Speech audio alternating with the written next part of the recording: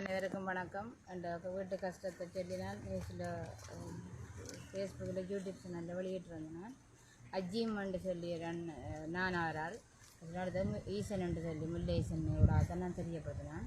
அஜீமன்ற TikTok தளம் வந்து 5 இலக்கம் 5 அப்படி இருந்து எனக்கு இந்த உதவிகள் கிடைச்ச பேர் விவரங்களை சொல்கிறேன்.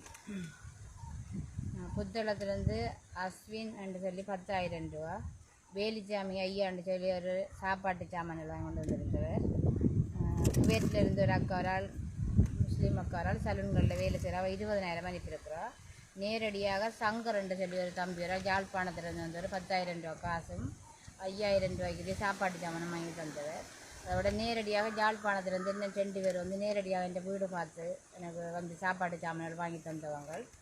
அடுத்தது ரணசிங்கன்னு சொல்லி ஒரு சிங்கள ஐயாரால் அவரும் வந்து பார்த்து எனக்கு சாப்பாட்டு சாமானும் 10,000 ரூபா காசு தந்தவர். அதோட எங்களோட கிராம உத்தியோகத்தர் வந்து ஏஜிஓபி சூடாக வந்து அவையிடம் வந்து பார்த்துட்டு எனக்கு வீட்டுக்குரிய தளவாட சாமான்கள் கொஞ்சம் வாங்கி தந்திருக்கிறாங்க.